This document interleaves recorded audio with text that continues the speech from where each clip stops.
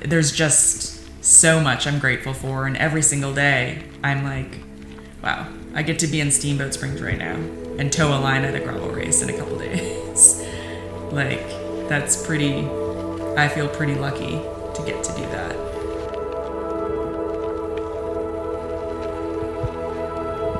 The mantra, "we get to do this," has, I would say, defined my year so far.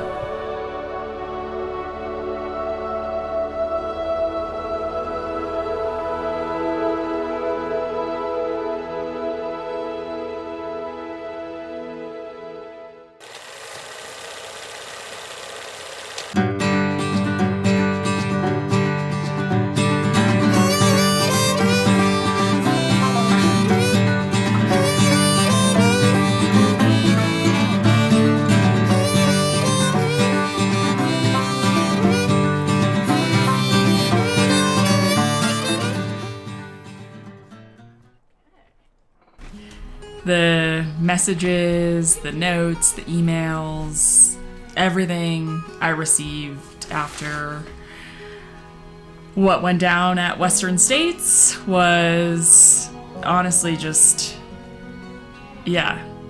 indescribable. I mean, it meant so much to me. Races happen and results, good or bad, happen, but that doesn't change. Who someone is as a person, and friendships and relationships. And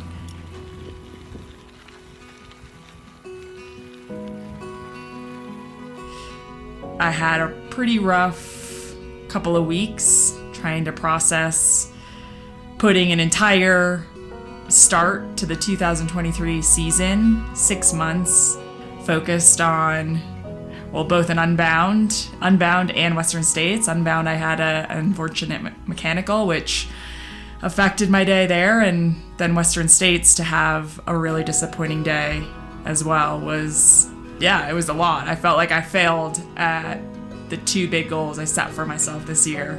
I put it out there, I said those were the 2 I was going after, and I failed at both. And people have written in, the term failure, don't use failure, because it isn't a failure. As long as you learn from something, then it isn't. But to me, it is a failure. I didn't accomplish any of the goals I set, and I set tiered goals for myself. So even if a certain day doesn't go how I want, I still have these other goals. Okay, at least just get to Auburn. Whether I'm near the front of the race or the back of the race.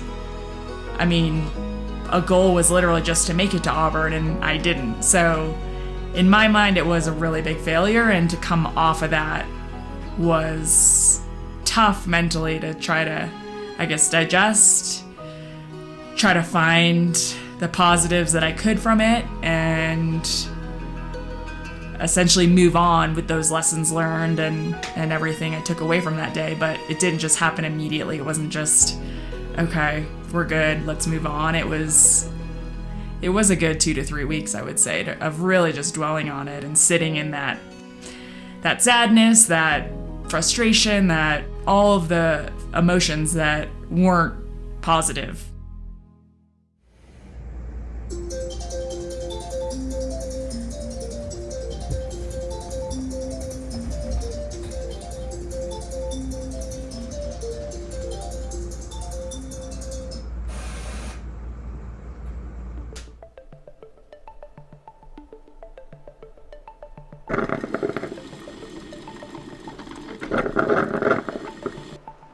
Yeah, this field this weekend is stacked. It's some of the best women that are in gravel racing right now, and they're at the start line as well. So for me, it's super motivating. I think at a lot of races this year, I've kind of watched in awe of like, okay, this is what the best do. And for me, it's been incredible learning just to see, okay, this is why they're always up there, whether it's the start, the lead out, the different things. And so for me to be able to be out there with them and try to compete with them, it is motivating. These are the best, and I want to see if I can be up there with them. So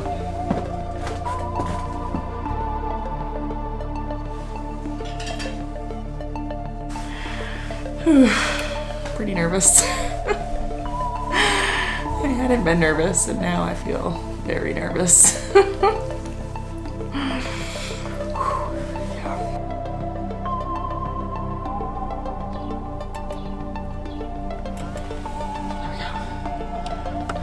It's an opportunity. Just what can I do? What is possible? Can I compete with the best at this in this new arena for me? And that's what makes it exciting, because it's who knows what can happen out there.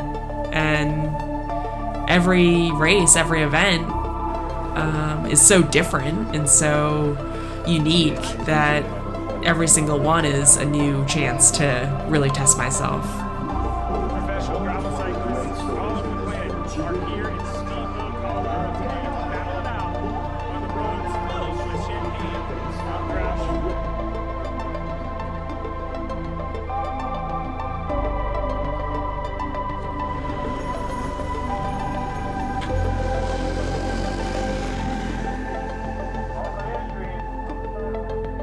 Oh shit, here we go. The starts are always just so nerve-wracking. The countdown, knowing what's coming, knowing how fast these things start and just how important positioning is, and finding the right wheels and just trying to stay as far front as you can in the group. Once the cannon went, it was literally just stay as far up as you can, and everyone was kind of, had the race nerves going and trying to pick lines correctly, going pretty fast before we turned onto that first dirt section of the course.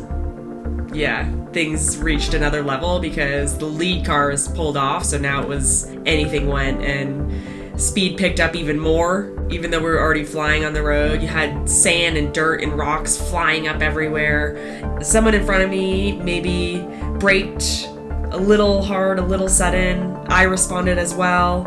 I thought for a second I was keeping it upright, but unfortunately I slid out on my left side. Just lost the group that I had been working so hard to stay with and position myself in. Next thought was, how bad is this? Because there was definitely some blood everywhere. And third was just get back up now. You need to get going as fast as you can. So at the end of the day, it was early on. It was maybe mile 10 or 15. This was a 142 mile race. I've been in many race scenarios where anything can happen out there. It's such a long day. And so it wasn't, this is the race. It was, okay, this is what has happened now. You have such a long day ahead of you, so many miles left that you can turn this back around. And at that point I was in, I think, the third kind of main pack containing women back. So there were 2 or 3 groups up ahead of, I didn't know the sizes of those groups. I just knew, I knew there was one main one just up the road that we were chasing, and we got a couple of different time splits out there, all hovering right around that 2 minutes, minute and a half to 2 minutes up the road. You guys are 2 minutes off the main group. 2 minutes off the main group. And at one stretch, the course was such a straight road that you could kind of see them up there. Lauren's right there. 1 minute 30. Yeah, so after that middle kind of road stretch, we get back on dirt, and there's probably about a, 7 or 8 mile kind of rolling dirt section that is bringing us south to what is a southern loop of the course. That stretch is it's rolling hills, but it's ultimately pretty uphill on our way out to that bottom loop of the course. And I was still in that group that I was in, but people were definitely starting to fatigue and maybe lose the momentum from earlier. The day was heating up. It was starting to get pretty hot.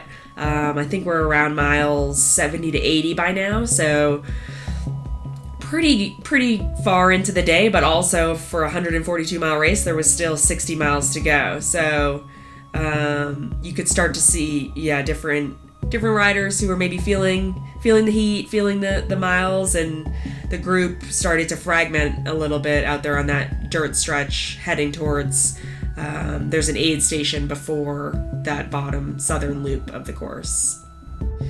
At that point, I was feeling fine physically. Mentally, I was just trying to figure out, okay, this group isn't working together, and I'm trying to reel in women down the road, and I had gotten a few time splits of some women that were just up the road, so it was really a matter of me being like, okay, I know what is coming on the course. I had pre-ridden this part of the course with fellow Canyon rider Griffin Easter 2 days prior, so I had scouted this part. I knew it was coming. I knew there were some climbs ahead. I knew there was an aid station coming, so I was just getting ready mentally for the aid station. I wanted to grab what I could, but also I had brought everything I needed for the day on me. I wore a camelback, so I was carrying 3 extra bottles on my back than others who chose not to wear a camelback. So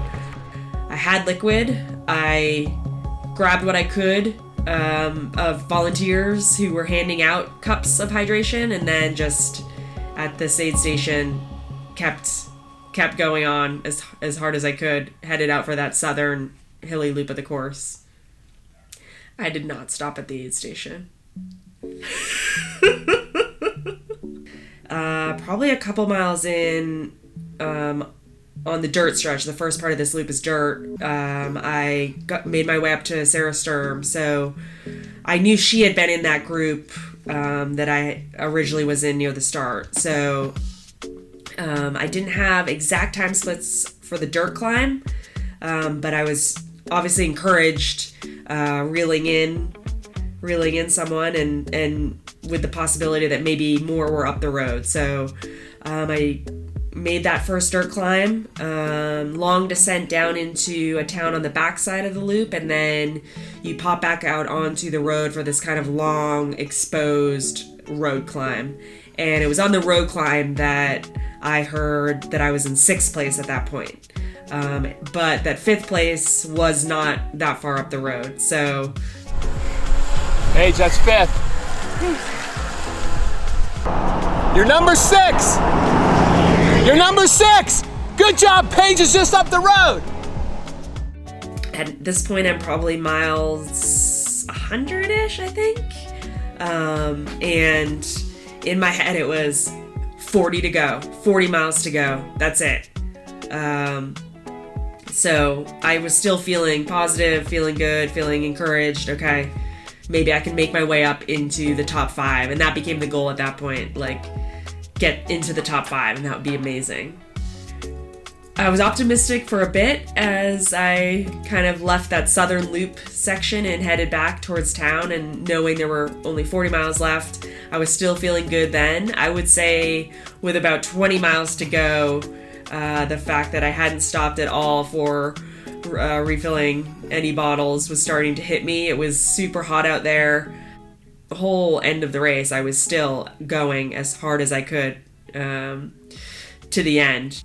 I mean, I was obviously bummed early on, but after I went down early and put that behind me, I was stoked at the finish, just knowing that I had gathered myself. I had worked as hard as I could on the day. I had reeled some ladies in and made my way up into 6th. And given the field at this race, and as deep as it was, and the incredible talent there of women, I was beyond happy with that result. Right here, Heather Jackson. Here you go. Coming in. Best boat riders of all time. and has really embraced gravel racing. So coming from the world of triathlon, she's an Iron Woman, right? I mean, she's been in top 5, I think, so maybe top 5 times in Hawaii. Something close to that. I'll admit I'm not a triathlon expert or even close to. She can slay. You're just saying she can slay. If they had the opportunity to come over here to the start-finish line, we would love to talk to you guys. I think one of the storylines that we didn't really pick, it's always challenging here, right? But Yeah, SBT, super cool race. I had some unfortunate bad luck early on. I think it was around mile 10. Some people braked kind of quickly in front of me, and I slammed on the brakes and kind of just locked up my brakes, slid out on my left side. So went down, lost the group I was in early on, so pretty much chased all day. But I mean, it was a really cool race. It was hard, 142 miles, got super hot out there, super windy, but beautiful. I mean, and cool to check out yet another really awesome place to ride here in Colorado. So yeah, stoked to be able to stay on it all day despite the crash and work my way back up into 6th on the day. And we had a really deep stacked women's field, so I'm really happy with it. Yeah.